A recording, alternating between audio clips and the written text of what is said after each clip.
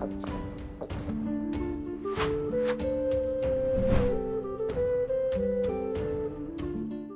Moin, hallo und herzlich willkommen zu einem neuen Video hier auf meinem Kanal. Heute gibt es wieder eine Runde Shakes and Fidget und wir sind heute hier im Account vom Viper.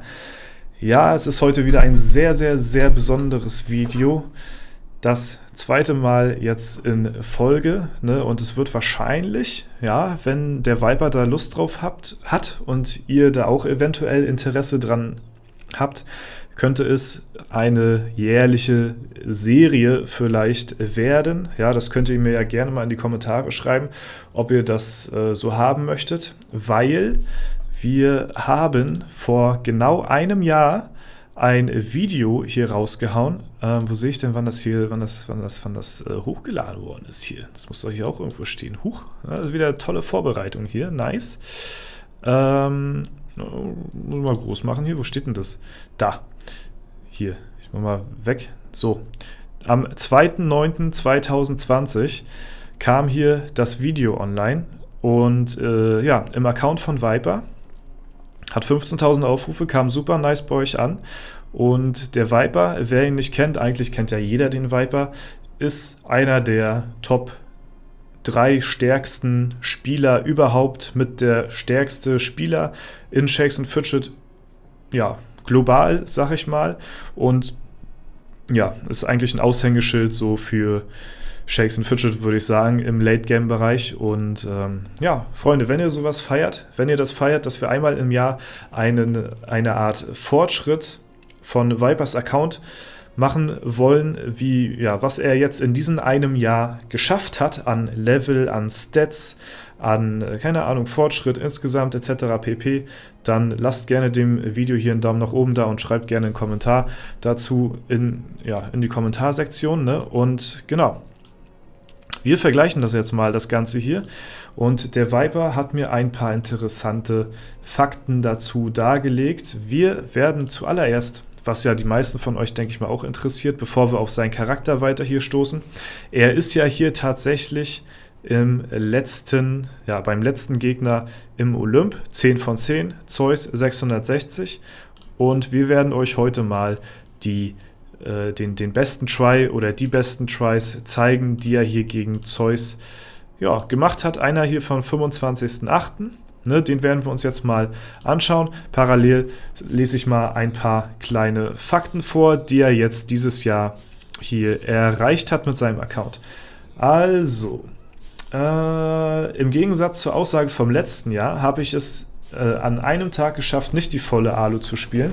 Ja, also er hat einen Tag verpasst, wo er knapp nur 200 Alu oder so gemacht hatte. Danach hat er ansonsten das Ganze soweit das Jahr durchgezogen, nichts weiter verpasst. Dann nochmal, ist schade, dass man das so erwähnen muss, aber beim Pilzpaket-Bug konnte er leider nicht profitieren. Ja, ist nochmal relativ wichtig.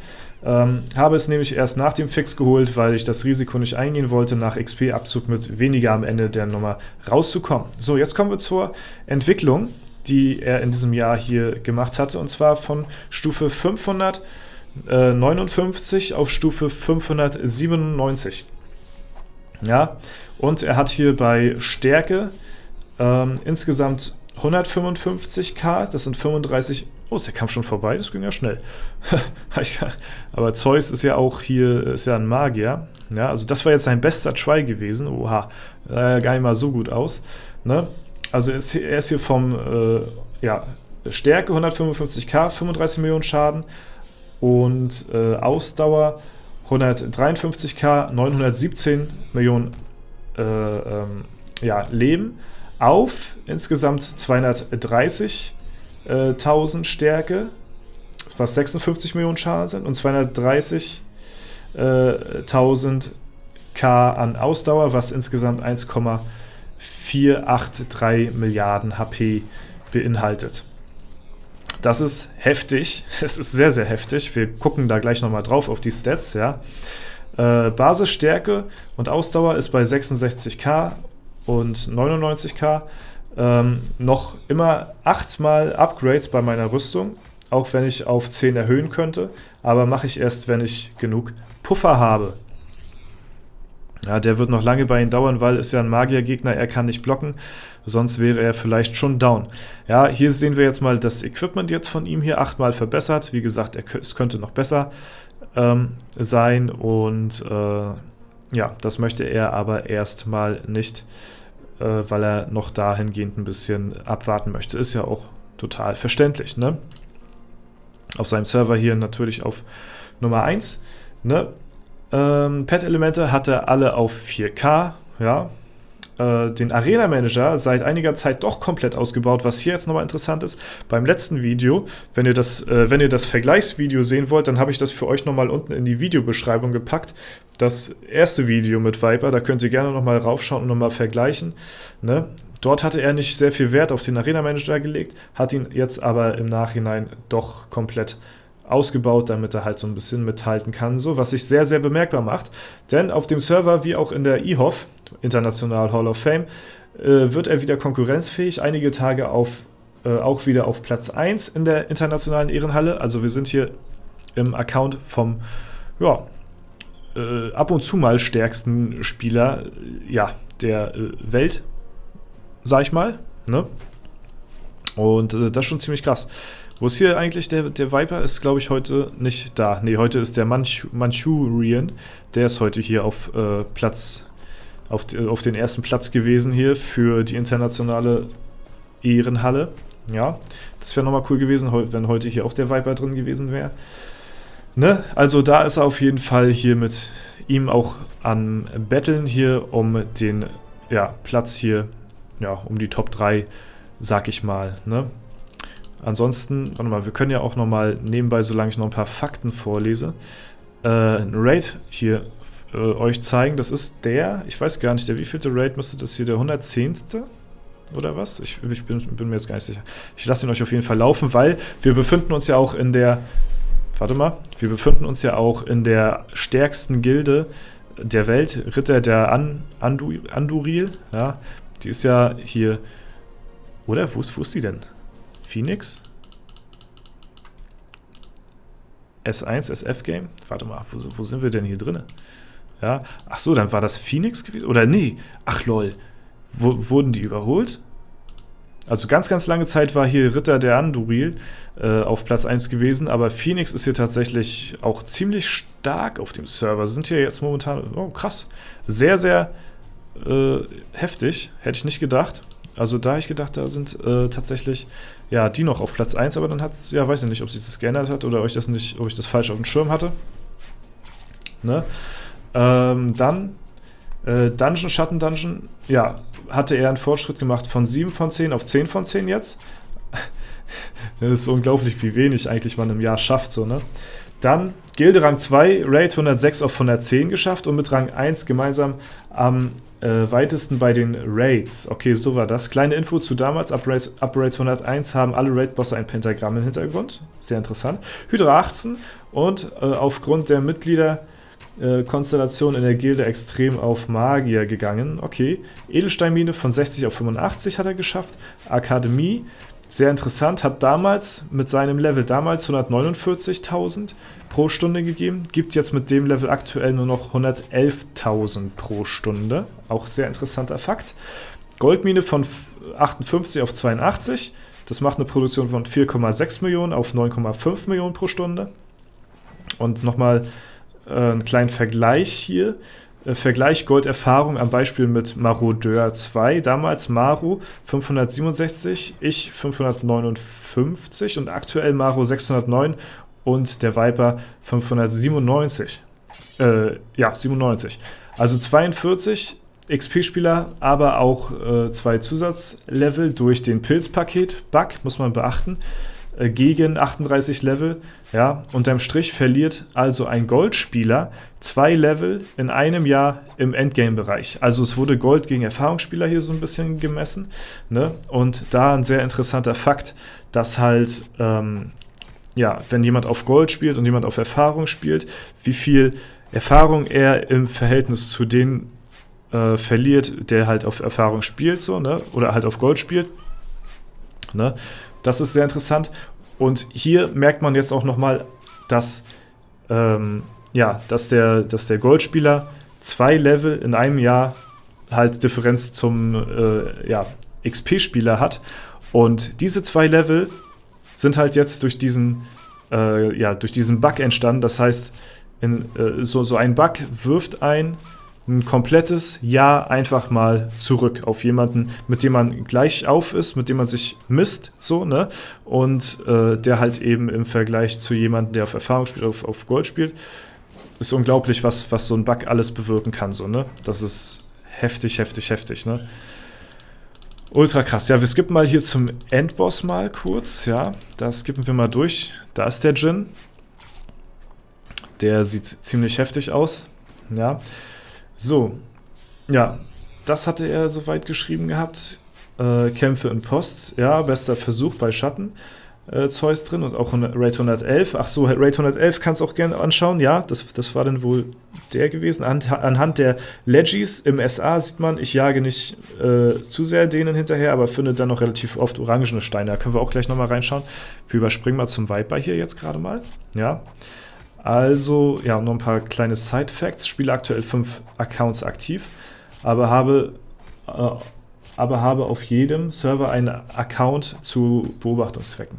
Stimmt, ich hatte mal irgendwo gelesen gehabt, dass er über 200 Accounts oder so hatte, ja. S1 Pilzer, WC Langjähriger, Free-to-Play, S1 Japan, Free-to-Play und S1 Indien, Free-to-Play. Ja, wegen den neuen Features, okay, ja. Neue Features, S41 Free-to-Play und übrig geblieben von meinem Familienprojekt. Frau, 3 Kinder, Glückwunsch, und ich hatten da mit privater Gilde angefangen. Ja, das ist ja ganz nice, ja. Herzlichen Glückwunsch an der Stelle nochmal. Ja, und an euch natürlich auch viel Gesundheit, ne? Ganz, ganz wichtig an der Stelle. Alter, wie knapp das gewesen ist. Holy shit.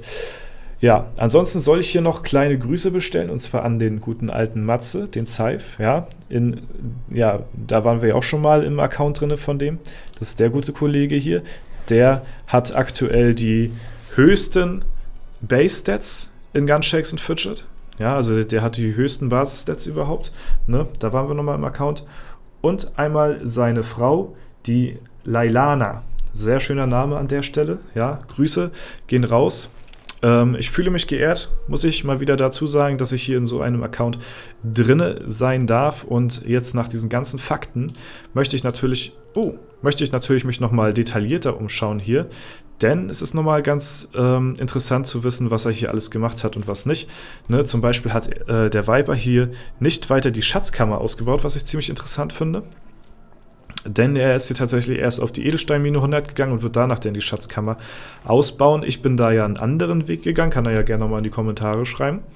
Wenn du das möchtest, Viper, warum du dich für den Weg entschieden hast, weil ich dachte damals, oder ich bin immer noch der Meinung, dass es besser ist, sich erstmal ein bisschen mehr Platz aufzubewahren, um halt die Sachen zu verstauen für die Hexe, damit man mehr Sachen für die Hexe sammeln kann, um halt das Goldeinkommen in der Zeit zu erhöhen, und die Edelsteinmine kannst du im Nachhinein immer noch mal hochziehen, so, ne? Aber in der Zeit hast du halt schon komplettes Inventar und kannst immer Gold stacken. Früher oder später hast du die sowieso auf 100.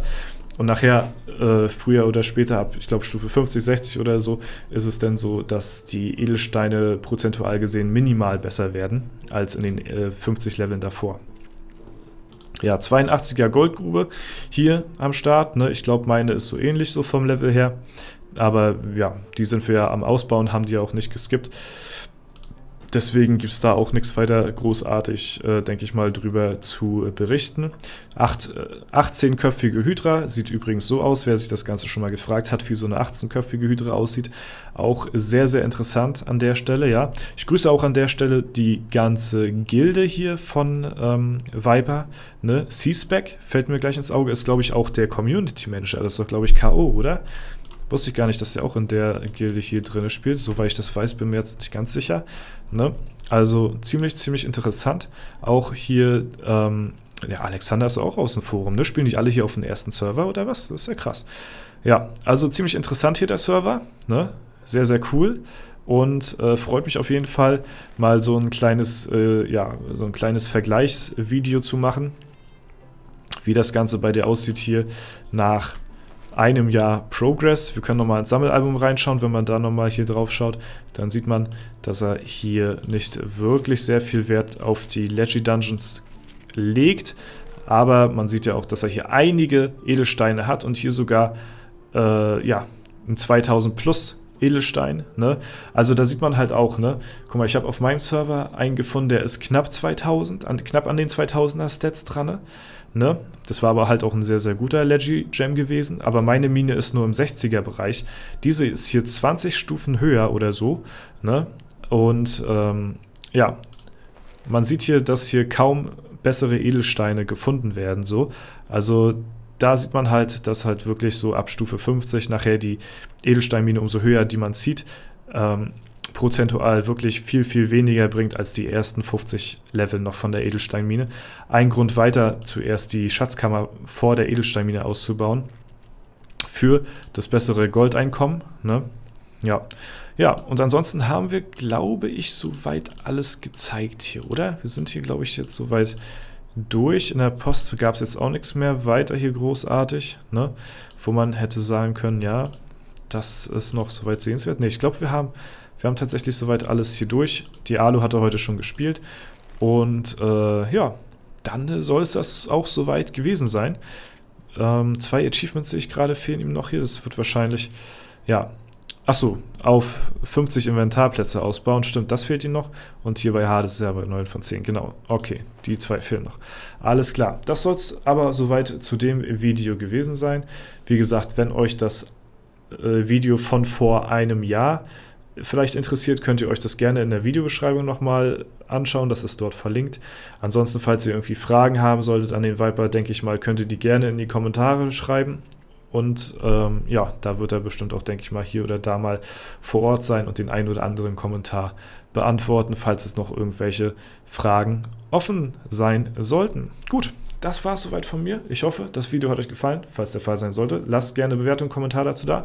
Ansonsten wünsche ich euch noch einen super schönen Tag. Vielen lieben Dank fürs Zuschauen. Haut rein und bis zum nächsten Mal.